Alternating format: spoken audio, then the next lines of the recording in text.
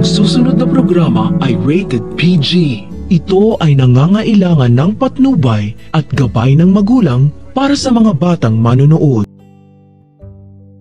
Kahit bagong taon na, hindi pa rin talaga nagbabago si Doc Carlos dahil mukhang mainit pa rin ang dugo niya kay Annalyn dahil hindi niya pinermahan ang pagpapadala nito sa Japan. Si Annalyn at Doc Lyndon kasi ang napili ni Dr. Hiroshi bilang representative ng Eastridge para sa neurosurgery conference na gagawin sa bansang Japan. Pero ayaw ni Doc Carlos na permahan ang slot para kay Annalyn dahil sa isip niya na lilipat naman si Annalyn sa Apex kahit hindi pa naman nakapagdesisyon si Annalyn na lumipat.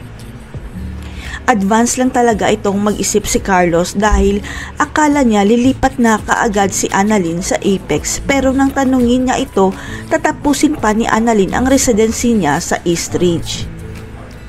Kaya nang napagtanto ni Doc Carlos na mali ang iniisip niya, nagpalusot ito na gusto niyang patunayan at paghirapan ni Annalyn ang slot para ipresenta ang Eastridge Hospital sa Japan. Ang gusto ipalabas ni Doc Carlos na ayaw niya isipin ng iba na ipapadala niya si Annalyn sa Japan dahil stepdaughter na ito pero ang totoo, naiinggit lang siya kay Annalyn. Kaya hindi mapigilan ni Annalyn na mainis dahil namemersonal na si Doc Carlos. Kaya nasabi niya sa anak ni Doc Carlos na si Harry na napaka-unfair ng tatay nito sa kanya. Hanggang sa magulat na lang si Annalyn at Doc Lyndon dahil pinapascrub out sila ni Doc Carlos sa OR dahil silang dalawa pala ang ipapadala ng Eastridge papuntang Japan. Hindi talaga makapaniwala si Annalyn dahil ang akala niya hindi pinermahan ni Doc Carlos ang slot niya pero ang mas ikinatuwa ni Annalyn pati si Lynette makakasama niya sa Japan. Ang hindi alam ng lahat, nagsumbong pala si Doc Katie sa totoong may-ari ng Eastridge dahil alam niyang wala ng pag-asa para ibigay ni Doc Carlos ang slot pa Japan kay Annalyn. Nalaman kasi ni Doc Katie na ang totoong may-ari pala ng Eastridge Hospital ay walang iba kundi ang tunay na ina ni Lynette at si Annalyn na lang ang nag-iisa niyang apo at tagapagmana. Kaya sikretong pumunta si Doc Katie sa may-ari ng Eastridge at isunumbong ang ginawa ni Doc Carlos sa apo niyang si Annalyn kaya nagalit ang totoong may-ari ng Eastridge.